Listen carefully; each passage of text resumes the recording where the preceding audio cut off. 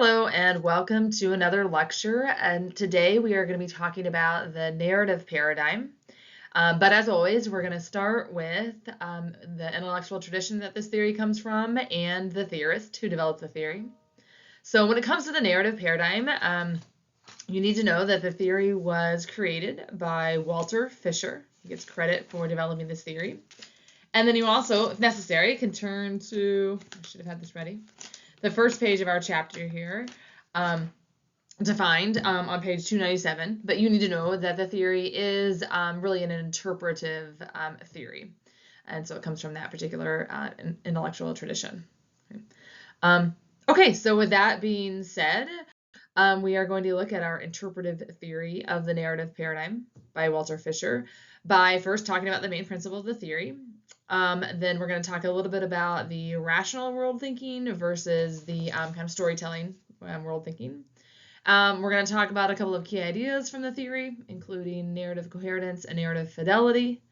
We probably won't actually apply the paradigm to branding during this lecture, but be prepared to do that. We'll do that when we meet face to face. And then, as always, we'll also kind of wrap up the theory with a critique. This is a relatively brief lecture. We're just going to get a couple highlights here, so let's jump right in. Okay, so when it comes to the main idea of this idea of the narrative paradigm, I think the biggest way to summarize is the idea that people are storytelling animals. The whole theory is embedded in that kind of principle. People are storytelling animals. We love a good story, right? And so if that is true, then the narrative paradigm goes on to kind of suggest that kind of this universal way of knowing involves telling good stories, right? And creating events and uncovering truths by using this common kind of lens of a good story. Okay? And when you think about it, I think in a lot of ways this kind of, seems like plausible, right? My first thought goes to thinking about religions and religious values. And the reality is most religious traditions are passed down through the use of stories, right? Certainly, I think we could look at lots of different religious beliefs, but if we really just focus on Christianity, we can think of all kinds of biblical stories like Daniel in the lion's den, or the story of Job, or David and Goliath, or so on and so on and so on, right? So certainly, when we think about cultural beliefs, religious beliefs, we know that stories play a really important role. Right?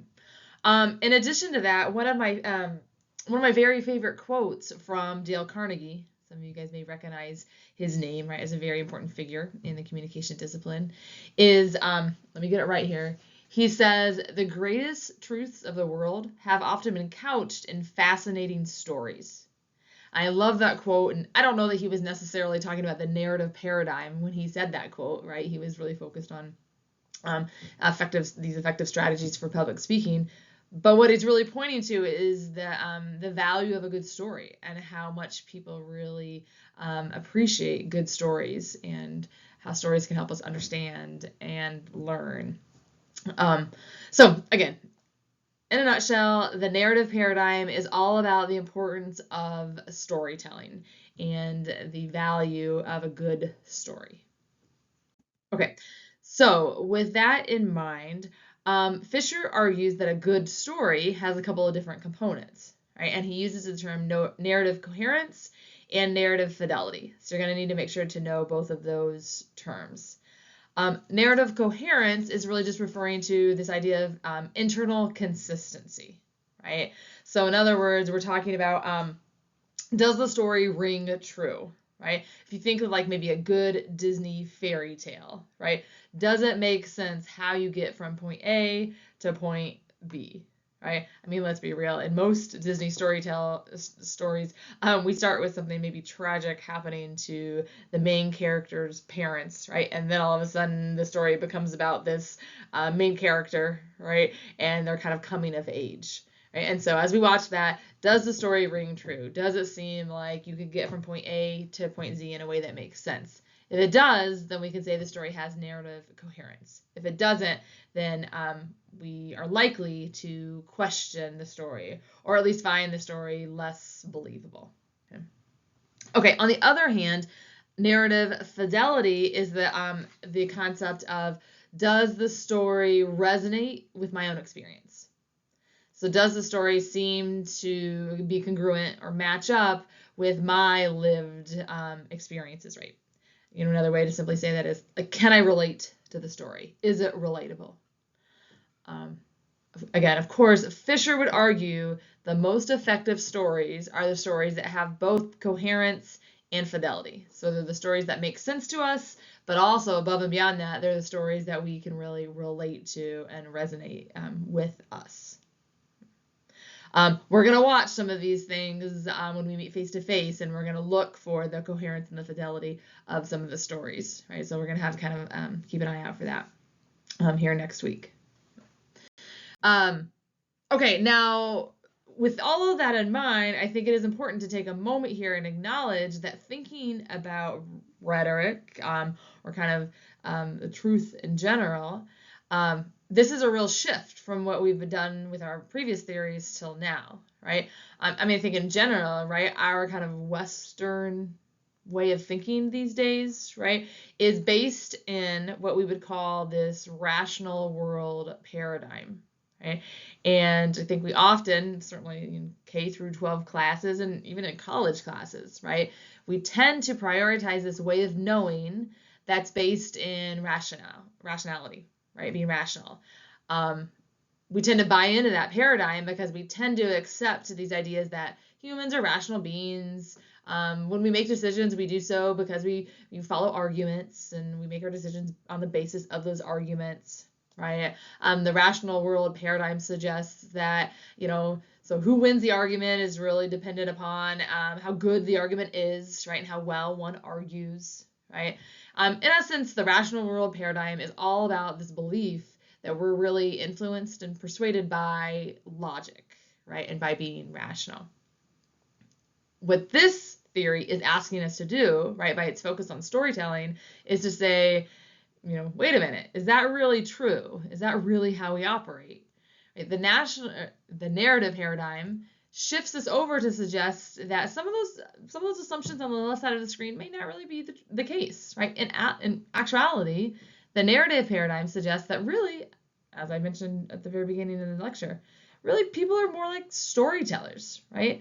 If you think about your everyday interactions and the types of communication and conversation that you engage in, right, the reality is most of it is probably stories, right? Some research has really been done to, quantify that and suggest that, up to 2/3 of our kind of daily conversations are really stories or gossip about other people, right?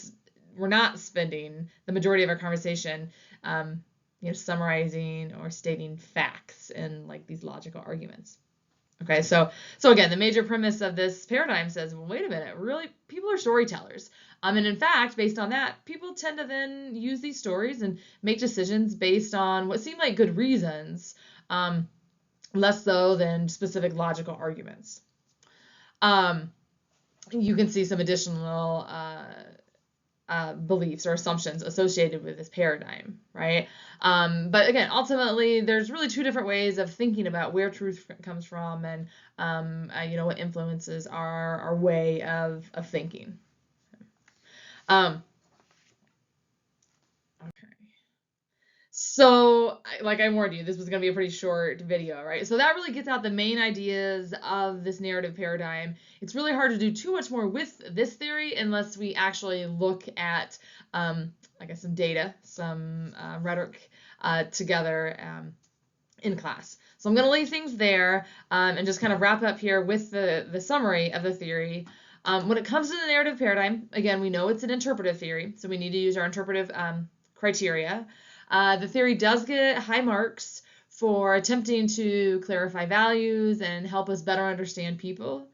The theory gets really high marks for the aesthetic appeal piece, right? Because again, people do tend to like stories and enjoy listening to stories. So it seems very appealing to think that we think of these stories and the role that they play. So the theory gets positive marks for all of those interpretive criteria. Where the theory does not get such good marks is related to community of agreement and its ability to reform or make changes in society. And I will actually I'm going to defer to your textbook in this one because they make pretty succinct but really good argument, really good explanation for why this theory falls short when it comes to community of agreement standard and reform society. So if you haven't already, I encourage you go back and take a look at page 304, kind of right in the middle of the page, and they refer to two specific scholars, two specific critics that really call out Fisher regarding these criteria. So go back and take a quick look at their arguments. Yeah. All right, so we'll wrap things up. That was only a quick 10-minute lecture, but we'll stop there. And when we meet next time face-to-face, we will be ready to take a look at all of our rhetoric theories and really try to understand them and apply them to some real-life examples.